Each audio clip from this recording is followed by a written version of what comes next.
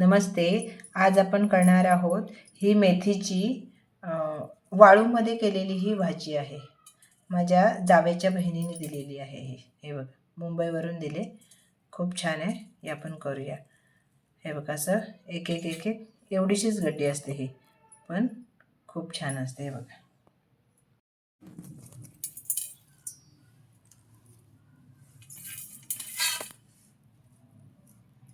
हे बघा, एक एक वेगवेगळी गड्डी असते. हे बघा, वासना असा जशी आपण मेथीची पावडर करतो नाही का, तेव्हा कसं वास येतो तसा ह्याचा वास येतोय. मेथी मेथी असं. हे बघा, ह्या जुड्या सोडून घेतल्या आहेत आणि ही चांगल्या प्रकारे आपण आता धुवून घेऊ. असं मोठ्या पसरट भांड्यात आणि असं पाणी भरपूर घेऊन ही भाजी ह्याच्यामध्ये टाकायची, कारण ह्याच्यात थोडे वाळूचे कण असतात, त्याच्यामुळे चांगली धुवून घ्यायची. हे वरती आलेलं आहे ना, हे मेथीचं टरफल आहे. वरचं साल आहे ना मेथीचं, ते आहेत ही मेथीची सालं. असं धुवून घ्यायची. हे बघा, आणि ह्याच्यात थोडी वाळूची कण पण असते ना, थोडी थोडी वाळू असते. हे बघा, खाली वाळू आहे. हे बघा, आहे ना वाळू. हे बघा, आता परत दुसऱ्यांदा टाकूयात.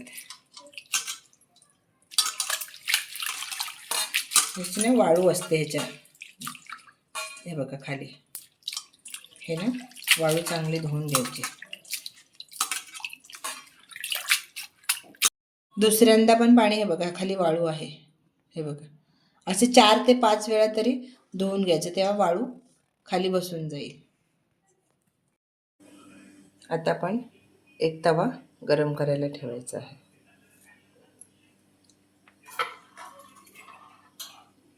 चांगला गरम झाला ना की त्यामध्ये तेल टाकायचं. हे बघा, 2 चमचे तेल आहे. 2 चमचे तेल टाकायचं.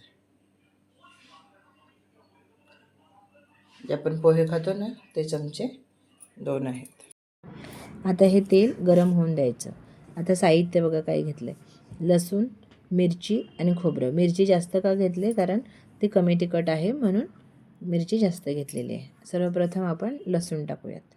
हे बघा, तेल चांगलं गरम झालेलं आहे. लसूण टाकला आहे. लसूण थोडा परतून घेऊयात आपण चांगल्या प्रकारे. लसूण परतूया.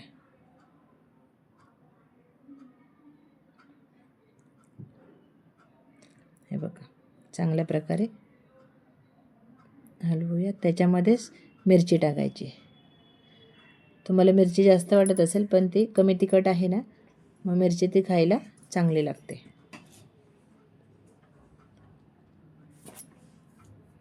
हे बघा, अशा पद्धतीने चांगलं भाजून घेऊ.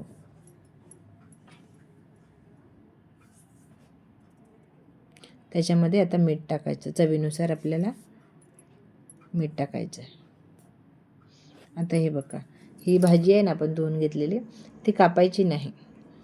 ती अशीच मोडून मोडून हातानेच टाकून द्यायची. अशा पद्धतीने ही मोडायची फक्त हातानेच. हे बघा, हातानेच फक्त मोडायचे आणि टाकून द्यायचे. असे सगळे टाकायचे.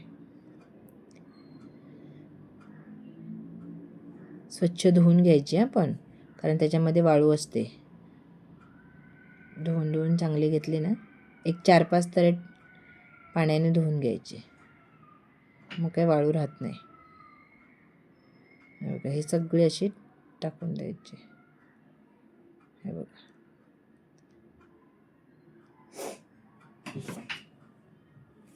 आता ना चांगली हलवायची.